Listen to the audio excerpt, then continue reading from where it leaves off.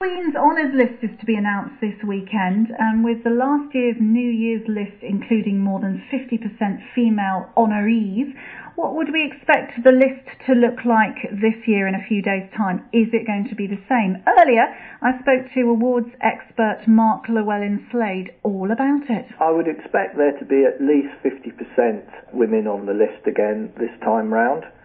Essentially, it's all about people taking the time and trouble to nominate women, and indeed men for that matter, for an honour. The most important message I'd like to get across to your listeners is that anyone can be nominated for an honour if they're doing an outstanding community activity or excelling in their chosen field of work. So the best way to ensure more ordinary people get gongs is simply to put them forward. And they can do that by Googling Queen's Honours, and the relevant website will come up. Is it a simple process? Are people worried, do you think, that it is terribly complicated and that puts them off? It's simple and it's transparent. The honour system exists to highlight and reward two types of people, essentially. Firstly, selfless giving people who give of their time or their wealth or their expertise for the benefit of others for no direct financial gain themselves, such as outstanding charity or community workers. And secondly, those who have excelled in their chosen fields, such as eminent surgeons, lawyers, teachers, business leaders, entrepreneurs, that kind of thing. So if you know anyone that you feel deserves an honour, then get them nominated. Be proactive. Don't just wait for a letter from the palace to magically appear on the doormat of your friend or colleague.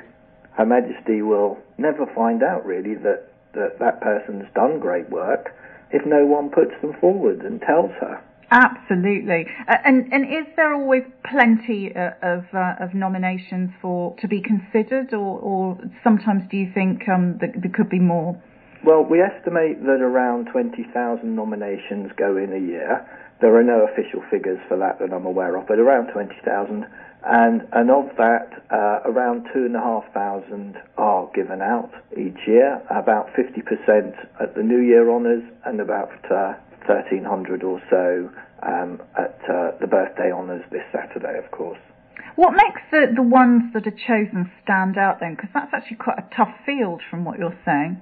Yeah, well, the million-dollar question is, have the people gone that extra mile and excelled in their field of work or done great community activity and gone above and beyond the call of duty? For example, have they improved the lives of others or perhaps demonstrated innovation or entrepreneurship?